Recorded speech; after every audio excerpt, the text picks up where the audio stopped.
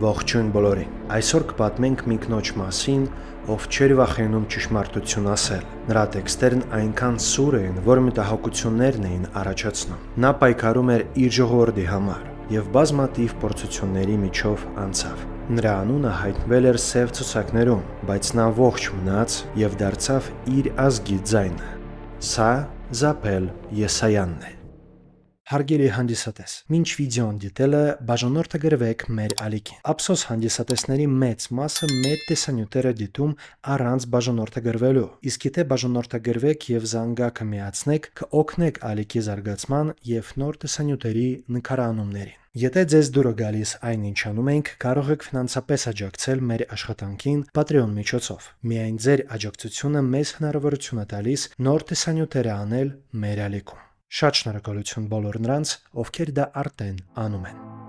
Զապել Հովհաննիսյանը ծնվել է 1878 թվականի փետրվարի 4-ին Կոնստանտինոպոլիսում։ 1895 թվականից եղել է Փարիզում, որտեղ Սորբոնի համալսարանում ուսումնասիրել է գրականություն եւ փիլիսոփայություն։ Ոգեշնչված 19-րդ դարի ֆրանսիական ռոմանտիզմով եւ հայ գրականության վերածննդով նա զբաղվել է պոեզիայով։ Նրա առաջին բանաստեղծությունները լույս են տեսել Ծաղիկ ամսագրում 1895 թվականին։ Նա հրատարակել է պատմվածքները, էսսեներ եւ թարգմանություններ ֆրանսերենով ու հայերենով։ Խմբագրել է ֆրանսերեն-հայերեն բառարանը։ Հեղինակ է Սպասասրահում, Սկյուտերի մթնաշաղը, Կեղծ տաղանդներ, Օժտված մարտիկ վեպերի։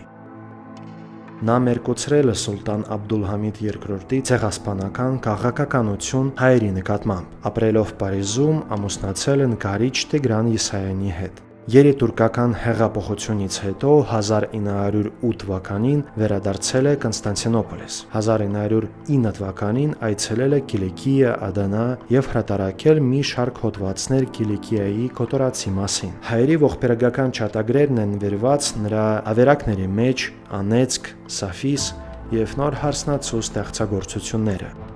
Զապել Եսայանը միակ կին էր այն հայերի ցուցակում, ովքեր երիտուրկական կառավարության կողմից 1915 թվականի ապրիլի 24-ին Օսմանյան կայսրությունում նախատեսված են ձերբակալության եւ արտաքսման համար։ Սակայն հասարակական գործիչների եւ ձերբակալվածների կանանց խմբի հետ միասին կարողացել է խուսափել բանտարկությունից եւ տեղափոխվել Բուլղարիա, այնուհետև Թիֆլիս, որտեղ զբաղվել է հայ փախստականների տեղավորման հարցերով, գրի առնելով նրանց պատմությունները հայերի կոտորածների ժամանակ տեղի ունեցած վայրագությունների մասին։ Միաժամանակ լայն հասարակական գործունեություն է ցավալել տուժածների համար, հավաքելով գումար, հագուստ, սնունդ եւ դեղորայք։ 1933 թվականին նա որոշել է բնակություն հաստատել Հայաստանում իր երեխաների հետ։ 1934 թվականին մասնակցել է խորհրդային գրողների առաջին համագումարին Մոսկվայում։ Ապրելով Հայաստանում, Եսայանը Երևանի պետական համալսարանում դասավանդել է եվրոպական եւ հայ գրականություն եւ շարունակել գրել։ Նրա դասախոսություններին հավաքվում են ունկնդիրներ ամբողջ քաղաքից։ Զապելի ստեղծագործությունը թարգմանվել են անգլերեն, բուլղարերեն, գերմաներեն, ռուսերեն, թուրքերեն, ֆրանսերեն լեզուներով։ 1936 թվականին նա հրապարակայնորեն պաշտպանում է գրողներին քաղաքական հետապնդումներից։ 1937 թվականին ձերբակալվել է ազգայնականության եւ հակախորհրդային քարոզչության մեղադրանքով եւ հայտարարվել է ժողովրդի թշնամի։ Նրա մահվան հանգամանքները պարզված չեն։ Ընդունված է համարել, որ 1939 թվականի հունվարին Եսայանը դատապարտվել է գնդակահարությամբ, իսկ 1939 թվականի մայիսի 8-ին դատավճիռը փոխարինվել է 10 տարվա աքսորով Սիբիր, որտեղ նա ենթադրաբար խեղդվել է 1943 թվականին։ Զապելի վեպերն ու հոդվածները նպաստել են հայոց ցեղասպանության առաջին համաշխարհային պատերազմի հետևանքների, Օսմանյան կայսրությունում կանանց դերի եւ իրավունքների ըմբռնմանը։ Հայ ժողովրդի մեծ դուստրն օգտագործել է իր տեքստերն ու ձայնը բացահայտելու օսմանյան կառավարիչների վայրագությունները եւ պաշտպանելու Հայաստանի ինքնաիշխանությունը ու կանանց իրավունքները։ Ցեղասպանությունից հետո հայ ազգային պատվիրակությունը մեկնել է Փարիզի խաղաղության կոնֆերանս պաշտպանելու Հայաստանի ինքնիշխանությունը։ Եսայանը ընտրվել է Հայաստանի ազգային պատվիրակության կազմում։ 1919 թվականին Զապելը ֆրանսերենով զեկուցով հանդես է եկել հայ կնոջ դերը պատերազմի ժամանակ, ցույց տալու խաղաղության պատվիրակներին ցեղասպանության ավերածությունները, ինչպես նաև այն, թե ինչպես են հայ կանայք զենք վերցրել իրենց պաշտպանելու համար։ 2018 թվականին Փարիզի մի փողոց վերանվանվել է Զապել Եսայանի պատվին։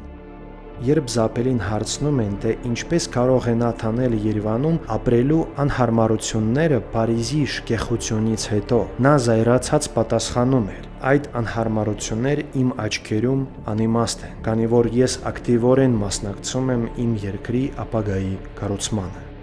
Նա սիպական աչքերով տեսել է, թե ինչպես է դատարկվել Արևմտյան Հայաստանը, ինչպես են մոխիր դարձել գյուղերն ու քաղաքներ։ Սակայն նա պահպանել է հոգեկան կայունությունը, երբեք չի հուսահատվել եւ գրիչը ձեռքից բաց չի տոհել։ Ամերիկյան Refinery 29 հրատարակչությունը Զապել Եսայանին ընդգրկել է աշխարհի 5 ամենաանվախ կանանց ցուցակում։